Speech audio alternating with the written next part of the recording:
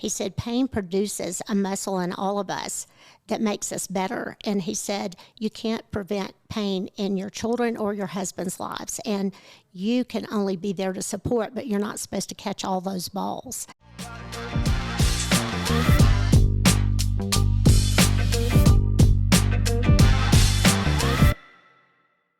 Hello, everyone. It's Mindi Linscombe, your host of the Something New show, where we like to learn how to live a life worth celebrating. And today I have a special friend that flew in from South Carolina, Miss Sherry Bradshaw. Thank you for being here today. Hey. It's such a joy. She actually flew in to see my son's performance in a theater show last night, and that was his first ever big performance. And thank you for being that kind of a friend that you would fly across the country just to support him. And so I said, well, we've been trying to do a podcast. Why don't we do this today? I'm so honored to be here. I mean, you packed up your family and came to see me this summer, 4 kids and a husband and a plane flight. Let's just say we were spoiled for coming that far. I have to read about you before I get too far into this, because that was probably one of their favorite memories of 2023 is visiting Miss Sherry, that they call Honey now. So we'll talk about that in a little bit. But I want to introduce you to Sherry Bradshaw. If you have not heard of her or maybe heard her speak, let me tell you who she is, because she's pretty phenomenal. And I'd like you to start following her, be more acquainted with all she's doing. So she has, she likes to say 6 adult beautiful children, because her 3 in-law children are actually 3 in-loves. So you had 3 biological children and they all got married and they have children. And so now you have 5 grandsons with another grandson on the way. So you're going to have a house full of boys visiting for, I can only imagine Christmas time with all these boys. It's just a 3-ring circus. It is. I mean, there's a lot of little boys. I got to see a little bit of that when I came to visit. But you also may know her because she was Miss South Carolina in 1985, 86 is what they say. Okay. And she was first time ever doing that pageant, won Miss South Carolina, never grew up doing pageants, which is a fun story we might hit today. Then she went on to be tied for Miss America in that same year. Isn't that wild? That is so wild. And Kathy Lee Gifford had to go to commercial and tell the tiebreaker of who won. And so I just think that's a really fun story to tell. And then after that, while you're raising your children and all the things, you wrote some books that I do want to talk about in a little while. And that is The Front 9, Making Your Shots Count, and then The Back 9, Finishing Strong. So they have a golf theme in there. And I know that's because you have a golf family. All your kids were college golfers. They're so successful. And I just look to you as just a wealth of life experience as a friend. I think you've been through a lot, which always makes people more authentic, which makes people a little bit more real, because it says, hey, I've had hard times too. And this is how you come through it. So if I were to say, describe Sherry Bradshaw in a second, I would say an overcomer. Oh, thank you, Mindi. That is the best I'll own way that. to describe I'll receive you, that. an overcomer. Yeah. So let's jump to your early age real quick. When you said, I want to do a pageant, was it really your dream to do pageants, or was it someone else's? Well, I never really thought about pageants. My mother entered me a few, and one of those I won, which was South Carolina's Junior Miss.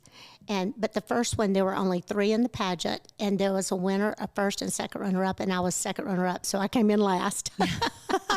And then after South Carolina's Junior Miss, I just wasn't interested. I was ready for college, and my mother said, well, you have a special talent, so one day I want you to enter the Miss South Carolina Miss America. And I said, well, we'll see down the road. And she actually filled out the paperwork for me. She really wanted you to do this. Yeah. She really did. I say this to mothers all the time. Sometimes you need to believe in your daughter or your son until they believe in themselves. And she didn't have the privilege of doing all the things I got to do growing up. So she just encouraged us, and she just believed in me until I believed in me. I love that. Isn't that great? And one of the obstacles you had to overcome was you had a talent that no one had ever had, and you had a height that was not so much successful in the past. So tell us a little bit about those 2 things. Well, I think that's one place I would be titled an overcomer, because when I entered and won the preliminary and went to Miss South Carolina, people talked about, well, what is clogging? And we're not sure what that is. We don't know if that's a real talent. And I would describe And prior to that, weren't you like the world championship clogger? Yes, I had, and I see God's hand in my life because I wasn't entering myself in that. I was on a clogging team, and they said, oh, they're individuals, and they said, pinned a number on me, and they said, you need to do this. And anyway, here you are. Here I am. And if you don't know what clogging is, it's a really fascinating way of dancing. And when I came to visit you in South Carolina, I'll never forget, you guys, I asked her if she would clog for me. And she said, oh, I haven't clogged in years. When was the last time you had clogged? Oh, it had been years because, it's been a while and I didn't want to hurt myself. I wanted to be able to function and take care of my grandchildren. So I said, the way I got her to do it, I was like, I'll clog with you. So I Google a video really quick and I stand up next to her just to make her feel like someone's clogging with her. And then quickly I got out of the picture and your son loved it. Everybody at the dinner table was just dying. We were rolling, laughing that we got Miss Sherry Bradshaw to clog again. So that was amazing. But you used that as your talent. And I did. And, people back then, normally people that were successful were at least 5'6", 5'7", and I'm actually 5'1.5". They just cheated on and said I was 5'2", rounded or whatever. And so, it was, I had such a strong faith, and my mom had believed in me, and obviously being able to clog and win world championships, that was who I was. And if it was good enough, fine. If it wasn't, fine. But I was going to give it a shot. And I'll never forget when I won Miss South Carolina, I was a little shocked because the girl that was first runner-up was beautiful. And she was like 5'8", 5'9", brunette. And every time I stood beside her, I felt like just this munchkin.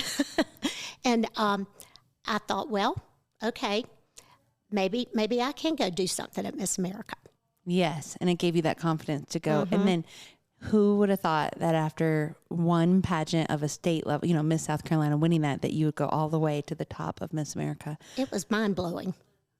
Were you just, how did you feel?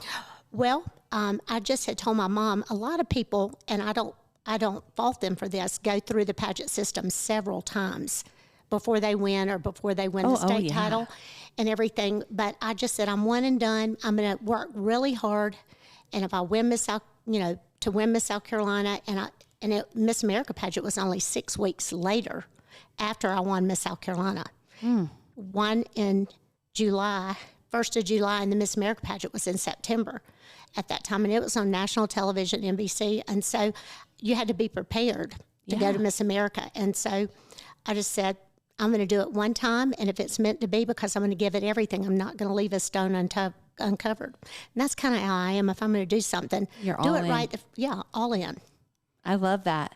Well, and then you were you going to Clemson at that same time? I had graduated. She wanted me to enter while I was still in college, and I was a cheerleader in college and had a full life and friends, and I didn't want to give that up because I wanted to win if I was going to do it, and then you'd have to take a year off. You did it right after. So I did it right after. I love it, which that was probably one of the coolest moments of our trip to visit you was going to a Clemson game. I've never been to like a Southern school football game, and to go with you was so special because I felt like I know you were homecoming queen many years ago, but I feel like you're still the homecoming queen. So like when we pull up, everybody's like, hi, Miss Sherry, hi, Miss Sherry. I was like, this is amazing. And it was just the vibe and the energy of a real Southern football game is just something I've never experienced before, and I hope to do it again because my kids, when we did our end of year, we do a thing at the end of the year where we say, okay, what were some of the highs of the year as we close out, and we say what were some of the lows, and we put those big Post-it note sticker papers on the wall, and they write what were some of the highs and lows, and we have them around the room, and we're having a brainstorm session, and some of their top 10 all the boys wrote in their top 10 was going to your house. That's so cool. I'm cool. Like, and Disney Cruise was not on there, but your house. Well, good. I was like, I can save myself about a lot of money if I don't want to do the Disney Cruise next year. We'll just come to your house again. Maybe I need to duplicate my home. They call it the Honey Hotel because my grandmother name is Honey. I picked that. I love it. So my kids call it the Honey Hotel. Well, I think there's a lot to be said when we actually survey our children. What were some of your favorite moments? Sometimes we think it's the big, trip that we saved for, worked hard all year as working parents and saved for this memory, right? And then it turns out to be just the most simplest, but where they felt real connection. They felt free to play. It doesn't always measure up to be the thing that was like and trust me, they loved the Disney cruise. Don't get me wrong. And we went with some of our close friends and it was amazing. But I just was like astonished that sometimes the simple memories are what stand out to our kids. So I think people need to just ask their kids more. What was a memory that you just really cherish? And then, I'm thinking about as you're raising your grandchildren, you just do such a good job curating an environment for them. They probably love going to your house more than any other vacation. Well, I think they do like it. Yeah. And I'm learning I want to do over as a parent because I like that end of the year come together and everything. And if my kids watch this podcast, maybe they'll learn to do that with their kids when they get old enough. What do you do at home what are some of the things you do at your house to make it such, I have stuff that I experienced as if you want to say consumer of being your guest. I was your guest. But I'm saying on your head and your mind, what are you doing that's like, I just want to make this a really comfortable place that people have fun when they're here? Well, I want to preface this by saying I didn't come up with all the ideas. My mother was a great host and very hospitable. And then I have friends that I've learned from, but I try to have hair dryers in the rooms and nice shampoos and things that people are going to spend the money to come visit. But I also do this food prep because I want to be with my guests, and I do that when my kids come and do all the grocery shopping and everything. And like when my children come and bring their children, I did that for years, and it's packing everything but the kitchen sink. So I have the pack in place. I have high chairs. I have everything. And for your kids, I went out and bought some extra toys because my grandchildren are 3 and under. And when I got the ages of your kids, I knew we had the lake and the pool, but I went and bought some toys that they would like because I love kids, and I'm very blessed to live where I live, and I wanted them to have a good time. And so I kind of brainstormed on, okay, what might they like? And that's what I do. Some things that I took note of as I host too, and I dream of being, I feel like I'm, if we were Airbnb or something, you know how they have the super host status and then the like regular host. Right now I think I'm a regular host, but I want to be like a super host status. And I see you as a super host when it comes to hosting people. So some things that I noticed, especially were with the food prep, you didn't actually just have the groceries, right? You actually had like the containers of all the food seasoned and ready so that you could just put that casserole dish or whatever, the tray with the meat, you could just put it out there to cook. It was already seasoned. It had been marinating. It was done.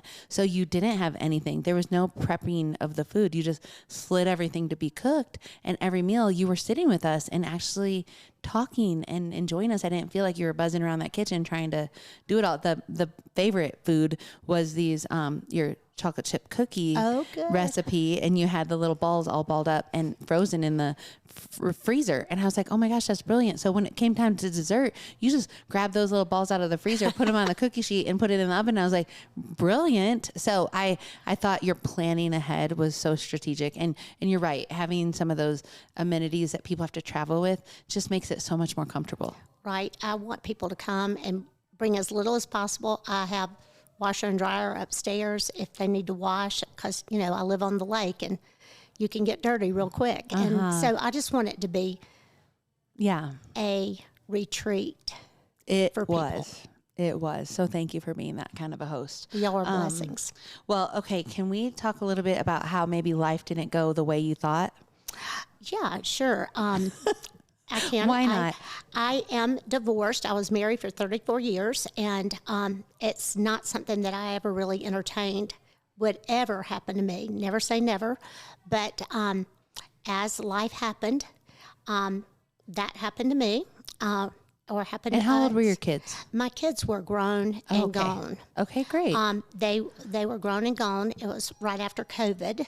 Oh. And my husband moved out, and so 34 years just in a moment seemed to vanish. And so for me, but prior to those, the COVID, I had been in counseling working on myself and seeing what I could do to strengthen the marriage and myself and my family, because things, as your kids grow up and you think you do the deposits, you think you do all the things that you know to do, and things weren't going just how I had pictured them going. And so walked with a friend. She said, maybe professional counseling would be a good idea. And it was a great idea for me. So that's really, really good. I know a lot of people listening and my friends, we all go to counseling. We love counseling, but you have a really excellent counselor. I remember us going on a long walk around where you live, and we just talked a lot about the deposits that counselor has made in your life. So I think, people, when life takes a U-turn or a left turn or a whatever kind of turn, you need somebody to process that with. And a lot of times your friends and family are not equipped. It's not that they don't care. I feel like they're just not equipped to help you reframe your mindset like a counselor is. And so they can listen, they can support, they can love, but don't you feel like counselors just know how to actually give you tools to go back in a framework to work through the mess?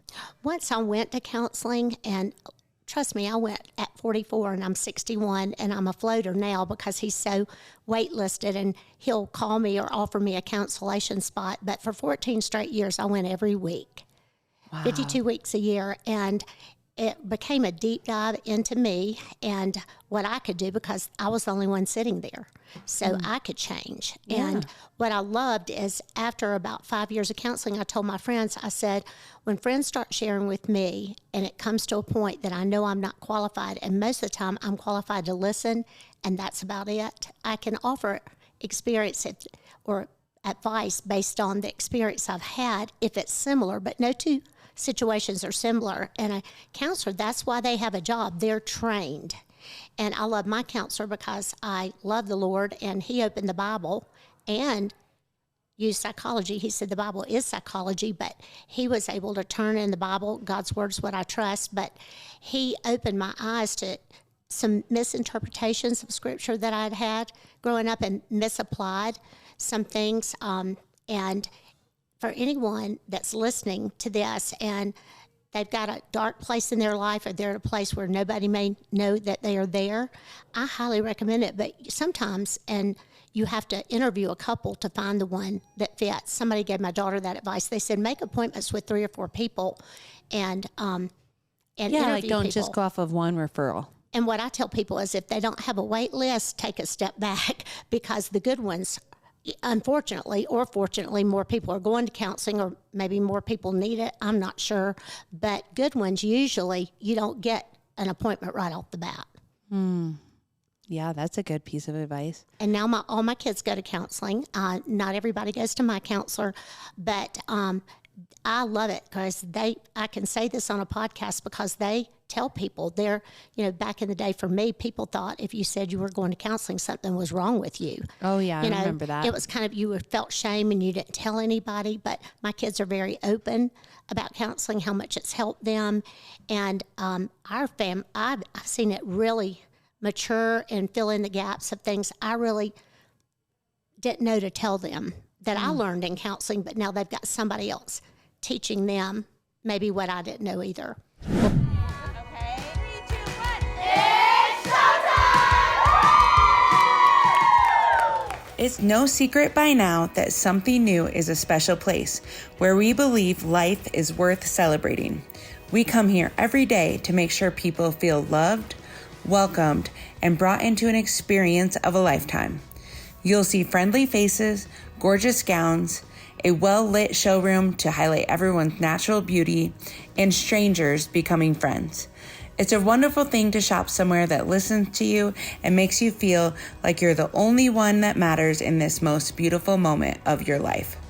We'd love to have you and your friends find your dress and become a part of the Something New family. One of my favorite things to do on the show is to glean from people that have gone before us, that have kind of walked through some things that we hope not to walk through, but if we do, it's just knowing how to navigate it a little bit earlier. And so I want to glean from you today, like as if we're at a coffee shop and there's a 1,000 people listening to this conversation because they're thinking, well, what have you learned that maybe I would learn if I went to the counseling too? So you told me so many one-liners that we deep dived into, and I was like, let me think about that. So one of the first ones was how this gave you, it revealed some blind spots. So let's talk about that. Okay, I would love to. The overriding 3 words that my counselor said that were so meaningful was drop your hands. I'm trying to put that together in a book, but let's just take, for instance, all 3 of my kids played college golf, played junior golf, and it's very stressful watching them. Everybody wasn't happy when they got in the car. Somebody had played well, the other 2 hadn't, just managing all those emotions. And my counselor said, you're not responsible for their happiness. And for some reason, I had taken ownership of that. And he said, drop your hands. He said, they work hard. They're not going to have a good day. That's life. He just taught me not to own and try to make their world perfect. And that they had to learn as young people to process their disappointments, their bad play, and not to let it ruin my day. So that's just one example. And, you know, I hate to see my kids in pain, but as a mother, he said pain produces something. And this was back when I was in my 40s. And I see it lived out in my own life now. And he said pain grows a muscle that can only be grown. It grows your faith, but everybody experiences pain. And the younger you experience and have a parent to shepherd you through the pain, not trying to take it, but that doesn't mean I have to own it. Even though as a parent, it's really hard to watch your kids hurt. But we had a lot of painful situations to go on, and I was carrying it all, and he just kind of took all the sticks I'd put on my back off, and I felt lighter. But he said, drop your hands, because I didn't realize how much I had my hands on. And that weren't my responsibility. I love that. That does sound like a good book, Sherry. I hope so. God will have to write it, but I've had the experience, and had it said to me enough time, I've got plenty of examples of what that means. And I think as moms, that's such an easy thing to do, is to try to make sure everybody's okay. Yeah.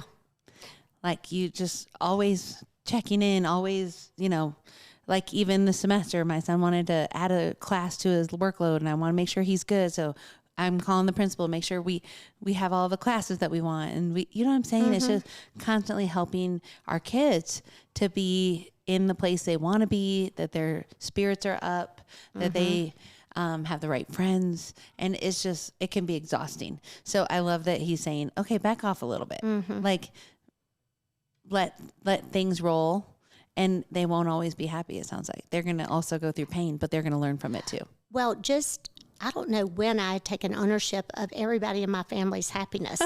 And that's a big responsibility. You're like, when did I decide that was my job? Yeah, and all the balls were in the air. And he said, you're running around trying to catch everybody else's balls. And in the process, it's going to kill you emotionally. And so I started letting them drop my hands, stop trying to catch all the balls, and everybody become responsible for the balls they threw in the air, and if they dropped, that was their responsibility. It took me several years to unwind what I had wound up. I love it. And it makes me think it's similar to something a counselor told me, was that you don't have to be the glue.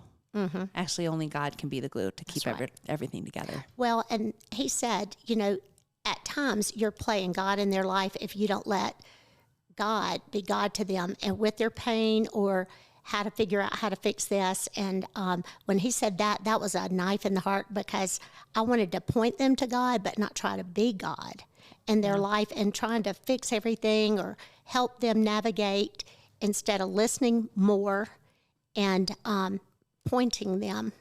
And I just learned a better way. I love it. Another one-liner was be still. Yeah.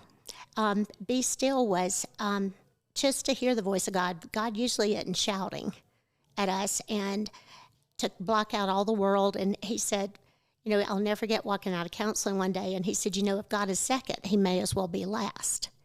And so we had diagnosed that my husband and children were before the voice of God in my life. And that's a whole nother podcast maybe one day. But when I realized that was that blind spot, because I thought it was God, then my husband, then my children. And it took us 6 weeks to work through. Was it really that? Or was it maybe my children and my husband above the voice of God? And it was just an eye-opening thing for me. I was in Bible study fellowship. I'd done that for 7 years. Community Bible study, was a facilitator to a small group. And I thought, how could I love the Lord and do all this and him be second? And so I got very still with the Lord for the first part of my day, first fruit. And I know people can have quiet times anytime, but I really sat down and got still. And I would get up early at that time and spend 2 to 3 hours. And I would just start off just being very quiet and just getting still, because my life hadn't been very still. And it was like a cold drink in a desert for me. And as I started doing it, I did more and more and more. And God grew me in the be still season. And I'm still working to stay still, even with almost 6 grandchildren. I've added to my family, from 3 to 6. And now it's 11, soon to be 12 people that are part of my family. And I'm thinking, okay, I've got a lot of responsibility.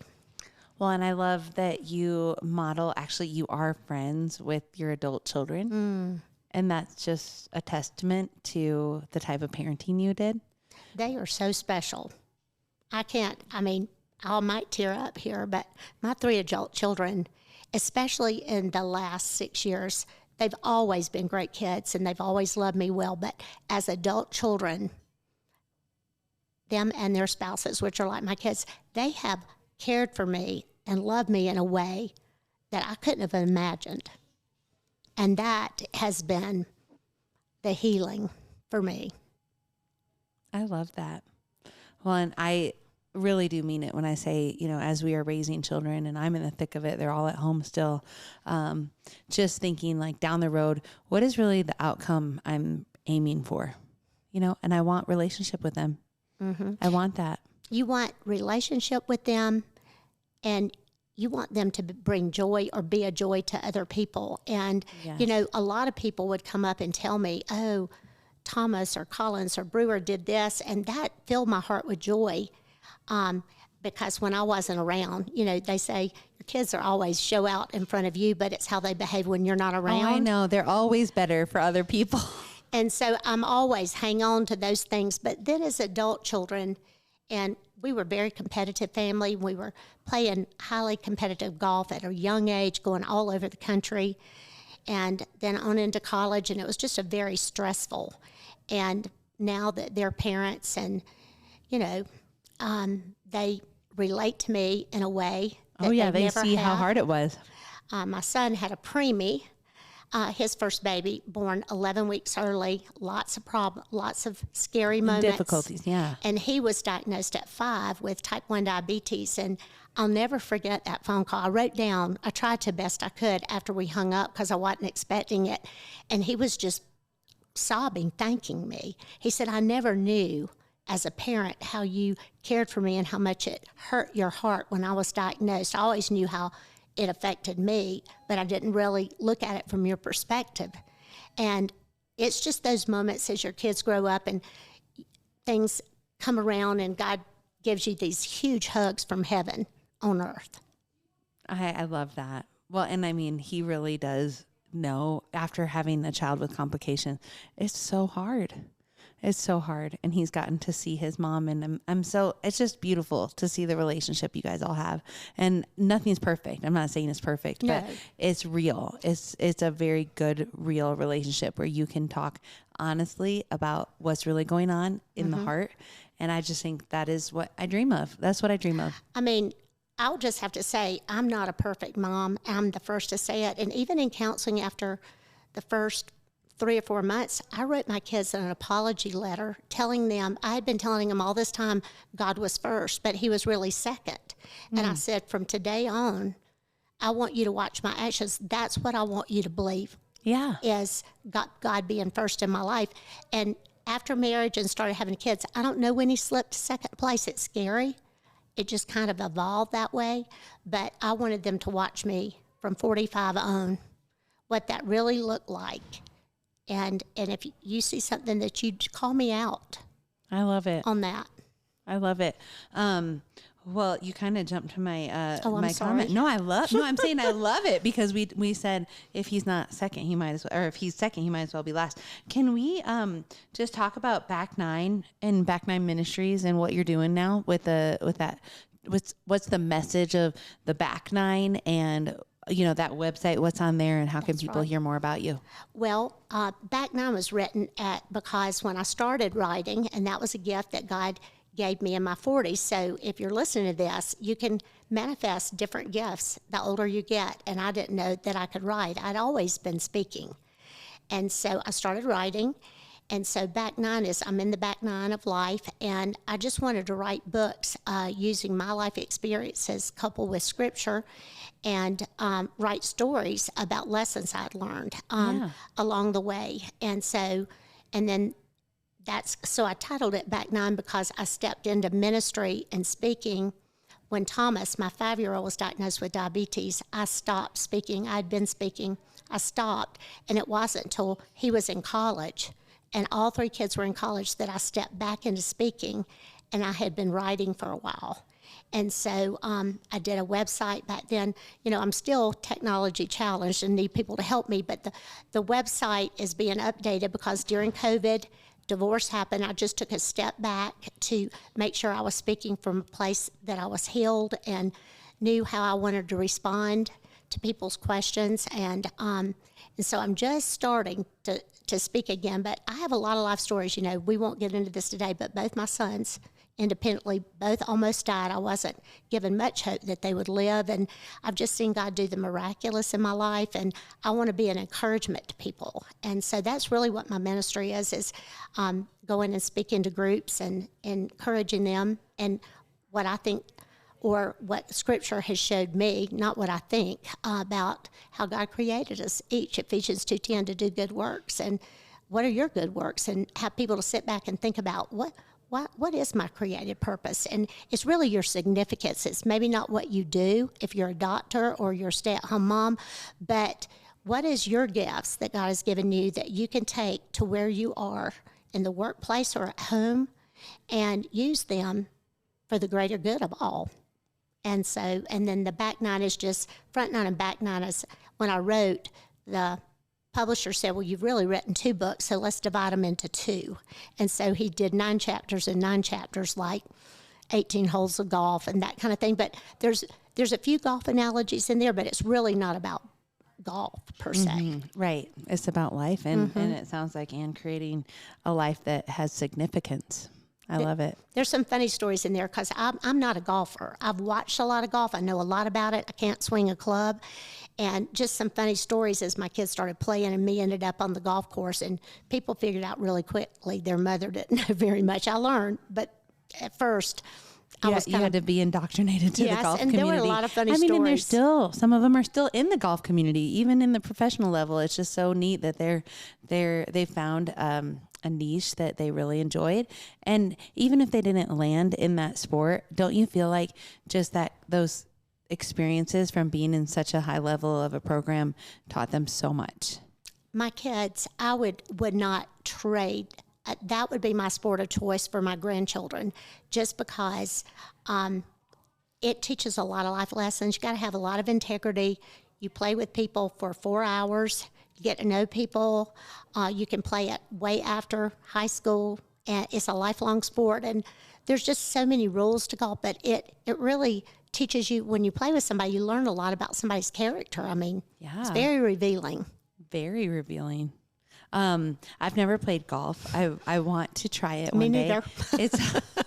It's actually one of my, sometime in my 40s, I think it'd be fun to try it. It seems like I would like the benefits of, this is what I'm picturing. Maybe I'm really wrong on golf, but I'm like, it's social because you're on a cart for hours, walking around or on a cart for hours with people.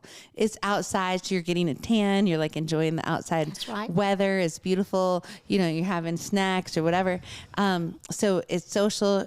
It's outside, getting a little bit of exercise, and then you're no pressure. Let's go in for dinner. I mean, it's like, It's great. it sounds so fun. When my daughter started playing, there weren't all these cute golf outfits, and so we started putting tennis skirts on her because she was a girly girl, and ribbons to match her shoelaces. And now it's just exploded. There's all these cute women and little girl clothes. You even go in a golf shop now, and they have little clothes for little girls. Which when my daughter started playing, I had to come up with something. And so it's a sport that you can go out and play with your spouse. And you can play, like you said, your whole life. Whole life. This is not, it's walking around. And at some point you can even golf cart around. So I just think it sounds really fun. But That's great. yeah, sometime in my 40s, Sherry. Come on. We should go out and learn together. Or you've already tried, though. Yeah, my kids would disagree with you on me playing golf. I think I'll stay a spectator and enjoy the views and just watch all my friends learn. I love it. I love it. Well, I love that you shared that. And if people want to find out more about you, you do write still often on your Facebook page. And I think that's pretty great. You'll do like just, a little, almost like an article of inspiration. And I think that's really cool about what God's teaching you, overcoming stories. And just, it's enough that it's just like a little snippet, but it's a short read, but it's absolutely encouraging every single time. So if they want to follow you on Facebook, it's just Sherry Bradshaw, right? Yeah, it's Sherry Bradshaw, and on Instagram it's Sherry Bradshaw, but Mama B somehow in there. But I think you can just type in my name and find me. And Instagram, you can have as many followers, and Facebook, I don't think I have the limit. It's not I used to have a Back Nine page on Facebook, and so we're revamping all that. But just look for either Back Nine Ministries or Sherry Bradshaw, hopefully going forward, and they can find me. Okay, now I'm not proud of this is your favorite drink today. Well, I'm gonna feel shame with all my healthy friends, but if I gotta have a vice, it's not too bad. I hope people are listening that know us and they can talk you into this time next year to not be drinking this. But okay, what's your favorite drink, Miss Sherry? Well, it's still Diet Coke, but I drink a lot less than I used to. Okay, I'm wait, we got to put this this in the microphone. The opening of a fresh Diet Coke can. Yes. And I'm not a cold turkey person, but I am a person when you know better, you do better. And so I'm doing better.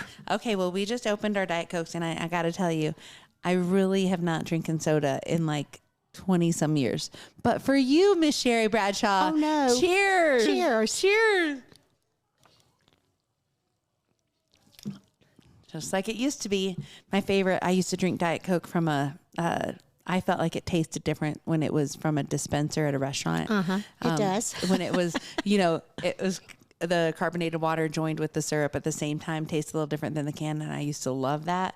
But yeah, I got off of it. But honestly, I know I'm giving you a hard time. This is not the worst thing in the world. So don't feel bad about it, too bad about it. But there are worse things. And I think you are looking good, very healthy. And just, I'm excited, Sherry, about what's to come for you. I feel like, there's a tough season that you went through, and you wrote about this other side of the, life, the second half. But I almost feel like you're starting your second half now. I do feel like God's bringing me into a season with things behind me, a place of healing. And I still have so many stories that I've lived that I've never shared but when I stop speaking, things that I think people will learn from, if you don't talk about them. And I've learned, too, people don't care about your wins. I mean, you can talk about Miss South Carolina first round to Miss America, but when you start talking about painful things, people identify with pain, and your mess becomes your message. And so I don't mind sharing. I can give great endings to some of the stories, too. I love that. Well, I can't wait for your next book to come out. But until then, I'm going to continue reading your beautiful Facebook posts that you share. I really always feel encouraged by them. And I'm just so thankful for you as a friend. Me too. I'm glad to be here. It's an honor. I love you. I love you. So thanks for being here today. And I hope this episode was incredibly encouraging and just another reminder of how your story can be wrapped into some great healing, some great resolve for the things you're going through. So if you like this episode, definitely like the link on YouTube, like it, but also comment. And we would love for you to subscribe, share with your friends, all the places, because we're trying to grow this mentoring channel to something that really helps others. So thanks again for listening, and have an awesome day, guys. Bye-bye. Thanks for listening. Be sure to subscribe to the show, rate, review, and share with a friend. Also, follow The Something New Show on Instagram and Facebook. If you want a fuller experience, watch the show on YouTube to help you create a life worth celebrating.